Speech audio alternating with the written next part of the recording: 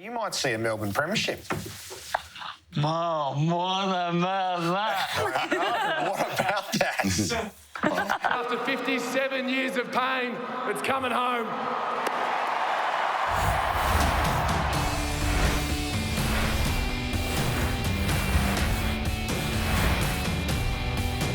And so it did come to pass, rather gloriously, on the 360 agenda. The Demon faithful bask in the drought-breaking premiership while the players celebrate their historic deeds. Norm Smith medalist Christian Petracca is with us. The Western Bulldogs have pondered what disappeared in the blink of an eye and plopped their way to a chance to get there again. And the sheer magnificence of the Western Grand Final, a brilliantly executed spectacle in the twilight. It opens the possibilities for the future.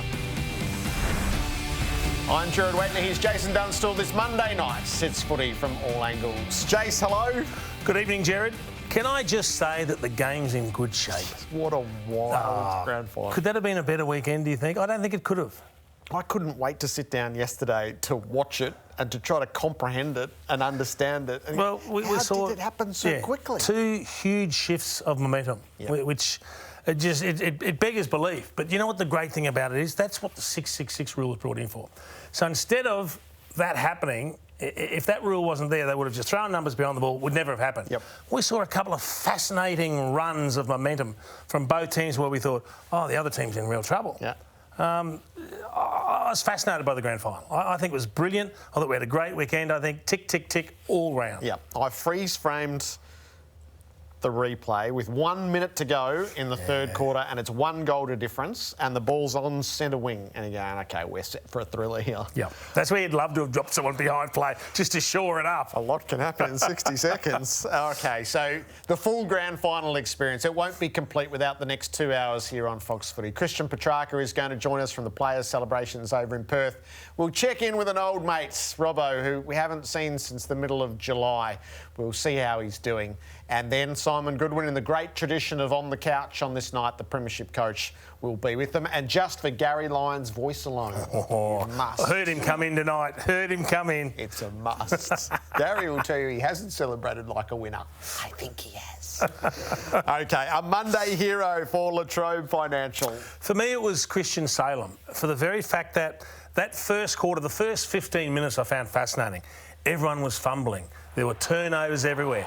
There was one man that handled the ball cleanly, used it properly and made really good decisions, and that was Christian Salem. For me, he was the shining light for the D's early that just helped steady them and get them into the game. He's in the coaches' votes by the end of it as well, so prominently thought of. And you've got to, I think you've got to weight the impact of those that do it early a lot more than those that do it late. Yep. And when the heat was on early, he was just about the #1 guy for the D's. I especially loved him for that. Sneak forward and get a goal in a winning cause. Yeah. Why wouldn't he? Exactly right, exactly right. So I thought he played a great one. What did you come up with? So I was going to go Stephen May and his drastically torn hamstring, but that's going to take me a little while to fully understand and comprehend. So I've gone Luke Jackson. He's good. The rising star, a 19-year-old in game number 30, who is huge of stature, and that's both literal and metaphorical now. So contested marking, brilliant. Ruck work, presence. He had a presence. And so the best part of all of this, and they'll give you statistically what this looks like on the couch, is when all the stoppage damage was done, he was there. He was the ruckman for it. So if you'd said to me beforehand, OK, so 7 goals from stoppages, that's Max Gawn, and he might win the medal. Well, guess what? In attendance each time when it was being decided was this young fellow. He's got a great future, hasn't he? Yep. And he's got a big role to play at the Melbourne Footy Club in what looks like it could be a very successful era. All right. It's a joyful agenda this night in particular for those in the red and the blue. So our agenda belongs to a grand final that was determined in 60 seconds. When we seemed inevitably on track for a thriller, it was suddenly, brutally and totally decided, and it ended the years of longing for the Melbourne faithful. I'll let you in on a little secret. Neil Danaher's quote was posted all around our walls tonight. When all is said and done, more is said than done. It just blew my mind what they did halfway through the third quarter and beyond. It was just powerful. Yeah. It was unbelievable. In the blink of an eye, They were back in it and then they ran away with it. As it's just a stunning turnaround. Extraordinary. Extraordinary. To get that type of momentum in a big game, that's full of resilience and character. The way we came out in that third quarter and responded, I've got such confidence now, boys, but that was so special. They were sort of telling us from the runner to slow it down. They were just like, effort, let's just keep going. Like, we can put another couple on the board, and we did. Looking back at it now, is that what we did was pretty special. They just decided to win the game. It was pretty special. It was our time to deliver. Petracca! Oh, wow! Christian Petracca rises to the moment. He's dribbled one from the pocket. That's why they get known as great players, because they sense the moment on the biggest stage and they turn a game of football in their team's favour. Viney up to Petracca, out the front to Oliver. Links it up with Sparrow from 50. He sends it on goal and it finds the opening. In a matter of seconds, the Demons double up. Surely not another one. Handball to Oliver, streaming through. Bang! Bang, bang, bang! That is incredible. This is possibly the best 17 minutes in the club's history. They're shaking the foundations of this place. And now have a stranglehold on this premiership. It's quite unbelievable. 100 points to 7. Wow. In the last 45 minutes. A smashing that you just did not see coming. Demon fans, it is time for you to party. It's a celebration now. As the clock ticks down, the tears well up. Keep your eye on the red and the blue. At the final bell, it's a brand new flag. 57 years of torment eased and a curse lifted. For the first time since 1964, the Demons are premiers. And Norm Smith's curse has been buried in Perth. Yeah, it's a long time coming. Just every fan that's watching back home, we bloody did it! Yeah, it's just unbelievable. We have a special group of players. We have a special club, and we've done it 57 years. It's been a long time.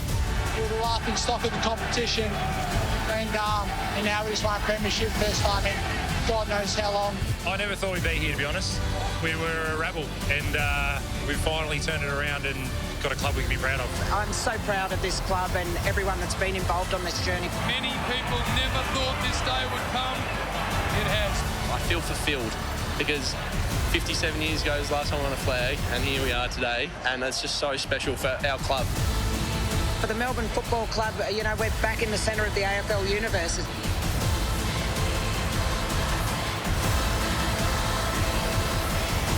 Lastly, after 57 years of pain, it's coming home.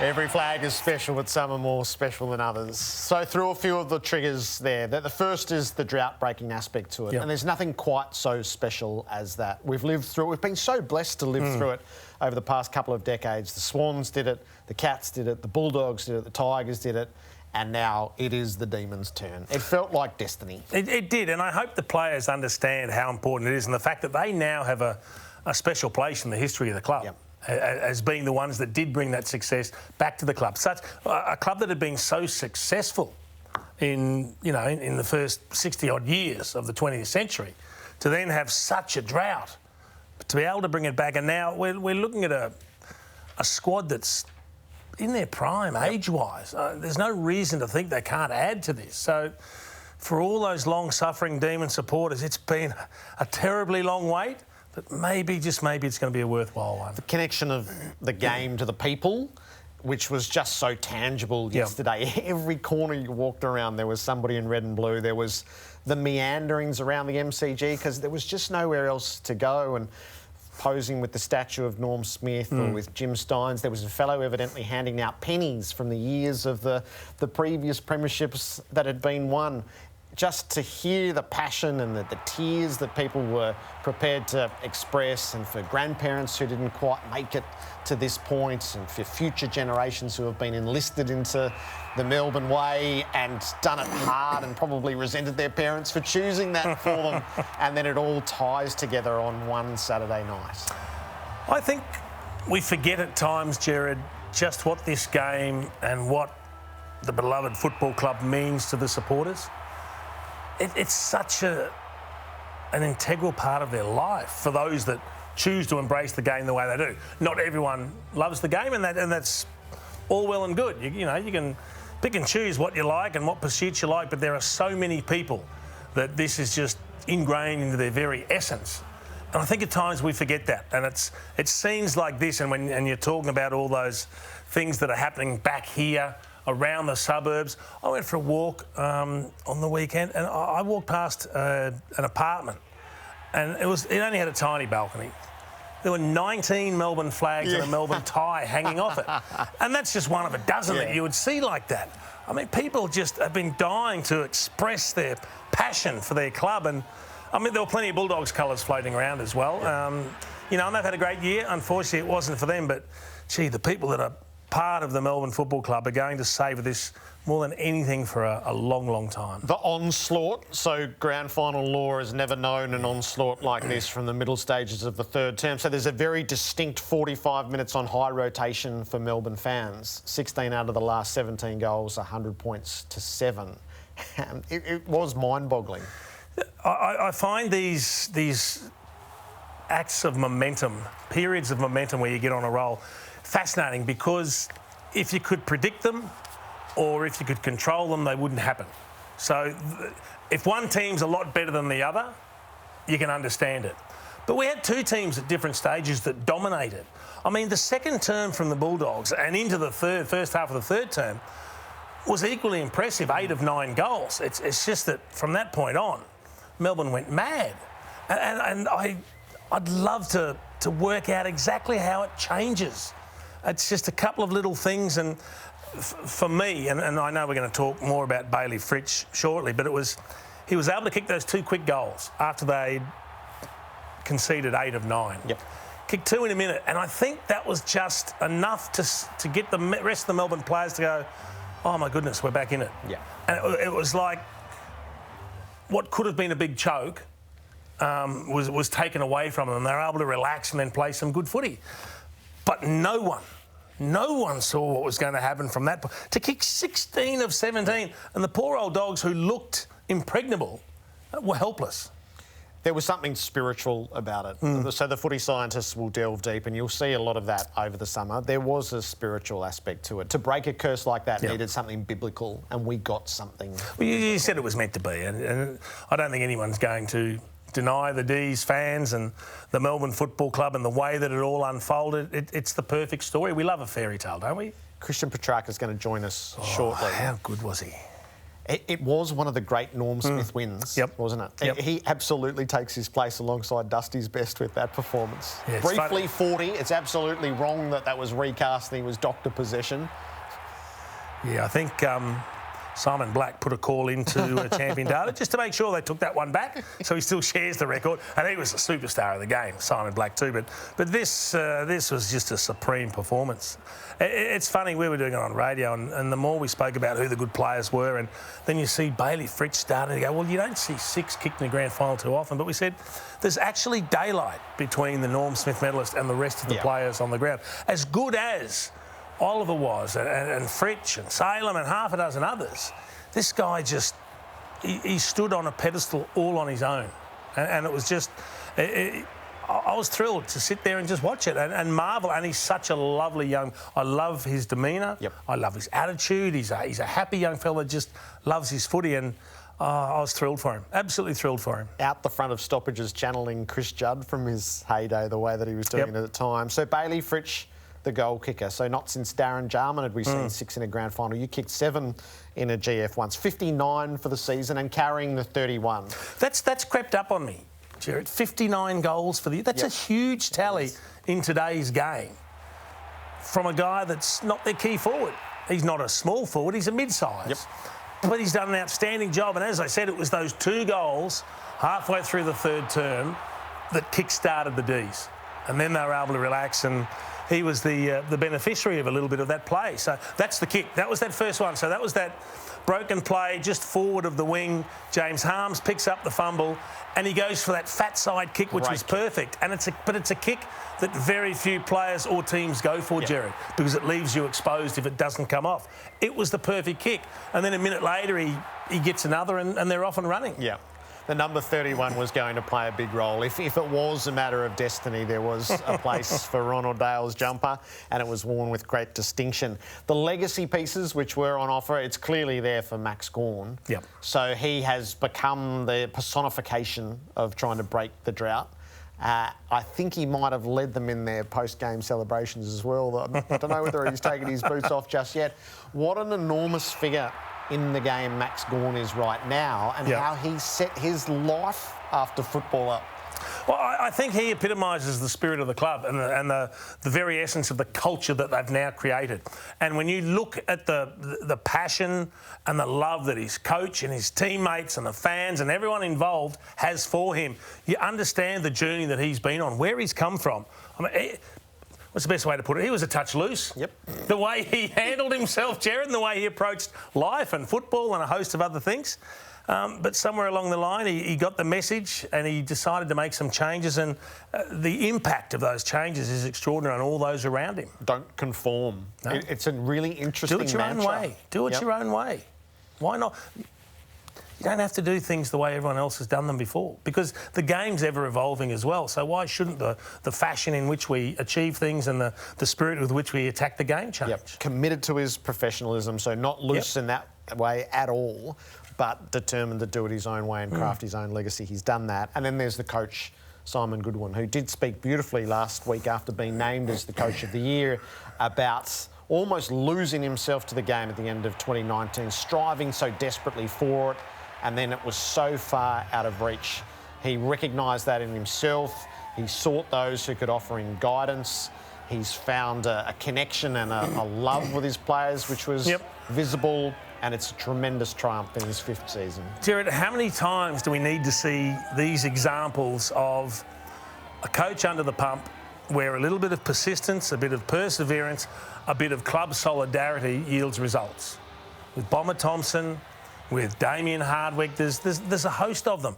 And you just think, gee, we could have missed out on all this great success at the footy club had we gone too soon. And I'm glad they stuck with him, because he looks to have a really good handle on things. The players do love him. I was surprised by the story where he said, I woke up on the morning of the game and I was crying while I was in bed, just thinking about the journey we've been on. I thought, well, it's a big emotional roller coaster to be on before you even get to the game, isn't it? But, you know, that's how open he is, which I find very refreshing. It's great to hear him talk about all those sorts of things. And at the end, they have produced a preliminary final which obliterated an opponent and took our breath away, and then one-upped it at the climax of the grand final. See, I think with Simon Goodwin too, you have to take into account, so he's come from the Crows. They won a couple of flags, a champion player, they had great success. And he comes to a club that's been starved of it, and he enters the realms of coaching where when things aren't going well, everyone turns against you. You know, the media can start calling for your head. Every man and his dog has an opinion. And it can be a lonely place and a very challenging place. But I'm glad they stuck with him, and now he's come through the other side. I think he's set for a very long career. This is always the interview tonight on the couch with the Premiership coach, so Simon Goodwin coming up shortly. The other side of the coin, the Bulldogs. Now, there's usually a few genres to losing. You lose in a thriller and it's heartbreaking. You have a long time to ponder that you haven't stacked up and grieve within the game. I think there would have been a sense of shell shock. Middle stages of the third quarter, the tempo and the shape of the game are in the Bulldogs' keeping. Their champion player has dictated terms to deliver them to that. They're 19 points up. And then suddenly it's gone. And Luke Beveridge described it as the blink of an eye. It'll be months trying to sift through that wreckage and find the meaning of it. Agree. As you say, it happened in the blink of an eye, but the soul searching is going to take basically all summer. To have a game in your control and then to lose a grip on it with the inability to do anything to stop the onslaught, that to me was the concerning feature. They had a good year. They had a great year. They got back to, you know, as bad as their finish to the season was with those 3 losses, I think we always regarded them as one of the better teams. And in the end, I think they showed us with that quarter and a half of football that they played from the second into the third that they are one of the best teams in the competition. But getting close doesn't count. And you can put in as much hard work as you like. If you don't achieve the ultimate, it's basically, it doesn't count. So they've got to regroup and go again and say, well, we know what we need to do to get there, but we need to learn what we have to do so that we can actually make a better fist of it when we do get there, because that's going to take... There's some mental demons there that'll haunt some of those players for quite some time. And it'll be really interesting to see if next year's a hangover or if they can bounce back very quickly or if it takes a bit longer. Yep. So the fault lines, which they would recognise, and they just opened up so badly. 2 players of great distinction. Bontempelli's second quarter was one of the great quarters in the grand final. And Adam Treloar lived his words. He said he would do everything he could to avoid the pain that he's felt once before, and he played every minute of that game. What I found really funny about Adam Treloar was that so he gets moved onto the footy, and it's when he gets moved onto the ball that he finds himself a couple of loose ball scenarios in the forward 50 and kicks the goals. Makes no sense when you start at half forward and you can't get near it, then you move on ball and you kick 2 goals when you're deep forward. It's kind of bizarre, but he'd be thrilled with that. After the criticism that came after his previous performance in the finals, I thought he was one of those who could hold his head up high. All right, I've been looking forward to this ever since the presentations took place on Saturday night, and Christian Petracca was named as the Norm Smith medalist. We've lived his journey. It's our first in the 360 family. One of the stars of Players' Night, the absolute star of the grand final, Christian Petracca, coming up next.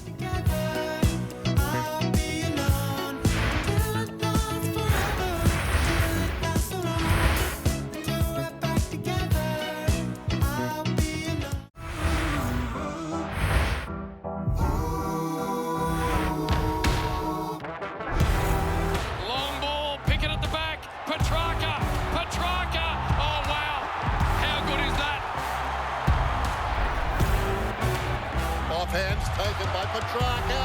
Oh, Petracca! What a goal! What a goal! The outside of his boot. He ran it right to left, and it's gone straight through the middle. Oh, Petracca! He'll run it along the ground for something truly from the top shelf. That's his second. What a moment for Melbourne. Petracca! Christian Petracca!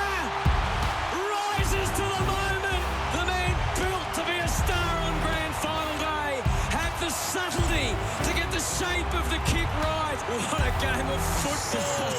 The Christian rises for the Demons.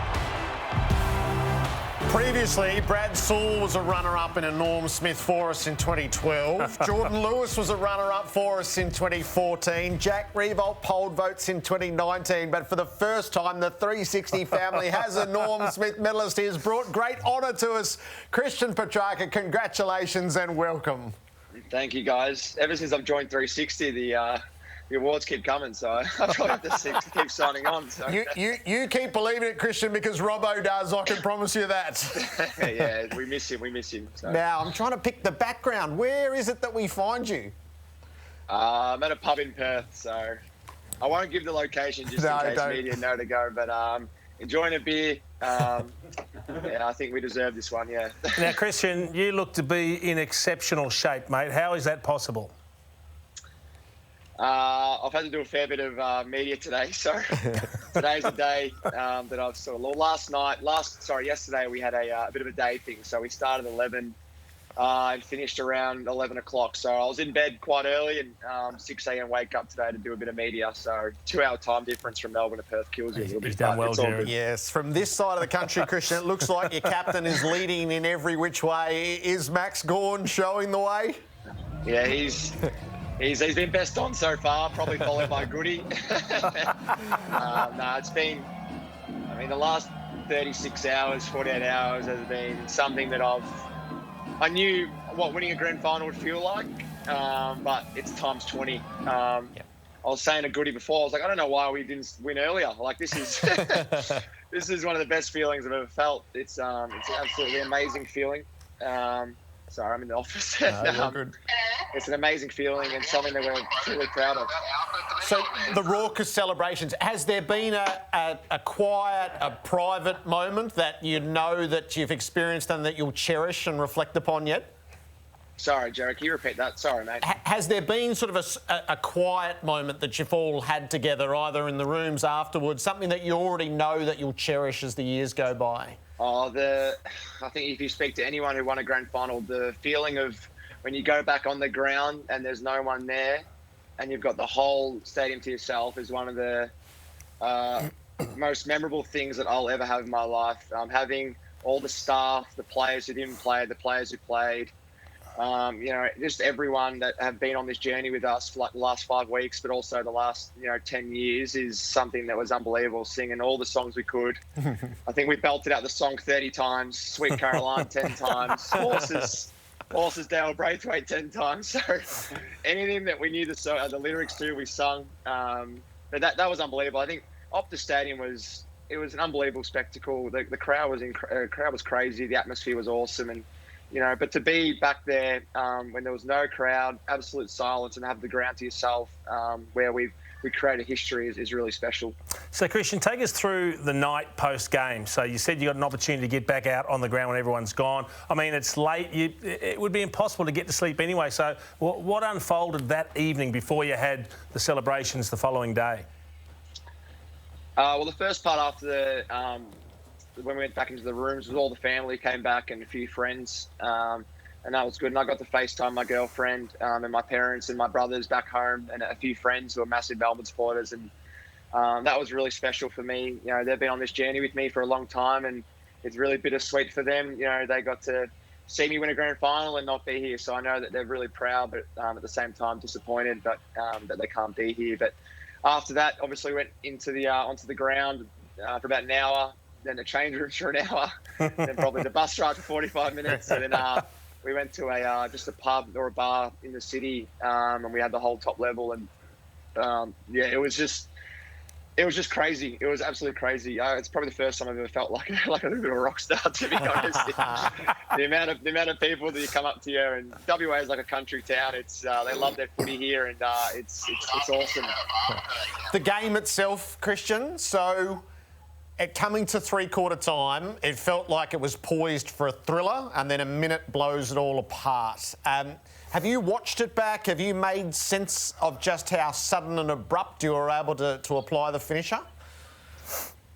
Yeah, it's an interesting question. I've been asked this a lot the last couple of days. Firstly, at halftime, we were a pretty nervous group. We were very flat when we first walked in. First quarter was unreal. We're playing on a bit of adrenaline, but then as soon as that stopped, the second quarter, the Doggies were unbelievable. As a midfield group, we addressed at halftime that we just need to accept that they're a great team. They're a great midfield. Bontempelli is an absolute star, and so is McRae. And we need to accept that, they're a good team. They're going to go on runs. They're going to kick 3 or 4 goals, and we just need to embrace that. And the messaging, there's a few structural changes at halftime that Goody wants to fix up with us, but I think the main emphasis or the main point that we got out of half time was just to go out and have fun, just to enjoy it.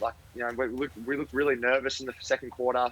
We weren't taking the game on, and we weren't being strong around the ball. And I thought the third quarter, the first 10 minutes was a bit nervous as well. I mean, they kicked another goal and pushed it out to 19 points. And because it was,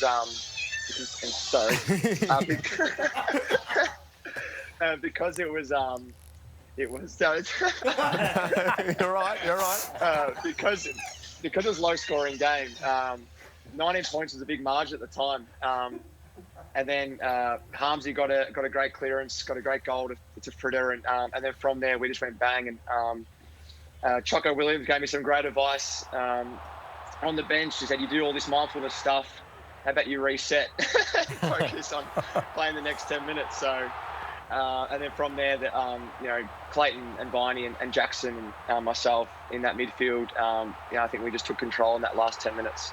So it's really difficult to follow when you're just watching momentum shifts like that, Christian. And you spoke about addressing things at halftime, restructuring, but it's not an immediate impact because they do come out and hit the scoreboard again, and they've kicked 8 of 9. That's a heck of a run, and it must kind of put some doubt in the minds of the Melbourne players. So what is it that allows you then to find overdrive and just completely obliterate the opposition after that? I think when you're in a situation like that and everyone's a bit nervous, you look for someone to stand up. And I thought Angus Brayshaw was absolutely incredible in that third quarter. His toughness, even that diving mark to when he had that set shot and going back with the flight of the footy, he would have 4 or 5 critical contests. And as a footy club, we pride ourselves on that. That's our DNA. Is the hard battles, the ones where the 50-50 balls that go our way. And I thought he stepped up in that third. And guys like myself and who are in the midfield, you get so much energy from that. You get so much spirit. And as a club, we just sort of, from there, we just went bang.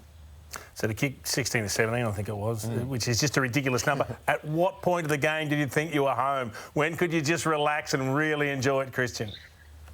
I went on the bench with 10 minutes left of the fourth, and we're up by 42 or 36, and I was trying to do the math on the bench. I was like, there's 10 minutes left, 7 goals. Minute 10, minute 20 per goal, hopefully not. And then as soon as I went on, there's about 7 minutes left. And then I celebrated for about 7 minutes straight. I think I gave the crowd a fair bit the whole time. And I remember it was a blood rule to Jure, and Maisie was trying to tell me to sit up in defence, and so was Viney, and I was just telling him just to shut up and go smile. And then they cracked the back of me, which is kind of fair enough. So yeah. The Norm Smith medal, so especially significant for a Melbourne player to win it, given the name that's associated with it. What do you make of that honour? Oh, it's incredible. When I got told that I was the first Melbourne player to receive the Norm Smith, I haven't really thought much about it, to be honest, but I reflected a little bit this morning when I was in bed, and I nearly brought a tear to my eye, to be honest. I mean, Norm Smith's a legend of this footy club.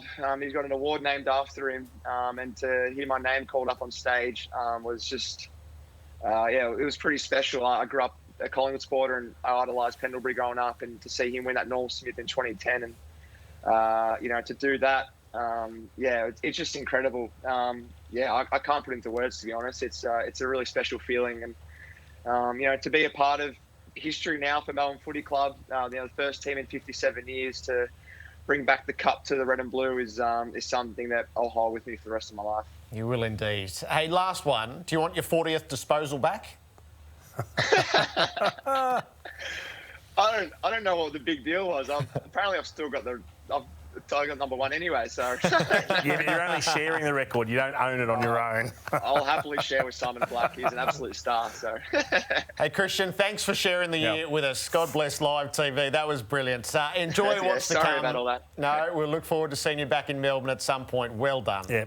Thank you, guys. Thank you for having me. Appreciate it. Thank you. How lucky we are to have shared that year with Christian Petracca. Oh, brilliant. Outstanding. All right, so here's Coach, who evidently is in the votes in the celebrations. This could be quite good. I had a feeling he might be too. It's a great tradition on the couch to have the Premiership coach, Simon Goodwin, coming up shortly with the boys.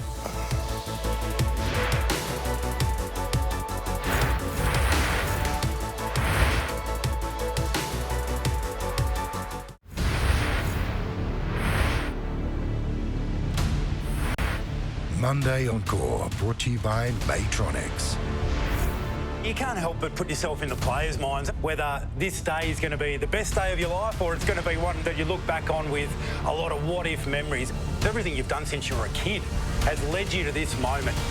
I'm here, I'm excited, and I want the damn thing to start. Salem, a little one. Petracca within range off a step. Christian goes, bang! First to the grand final D's. Petty got to walk through. Trelaw again. 2 in the term. Long ball. Johannesson. Enormous grab. Look out, Bontempelli. Oh, this is some game he's playing. Petracca, long ball, Fritsch over the back, recovers and goal.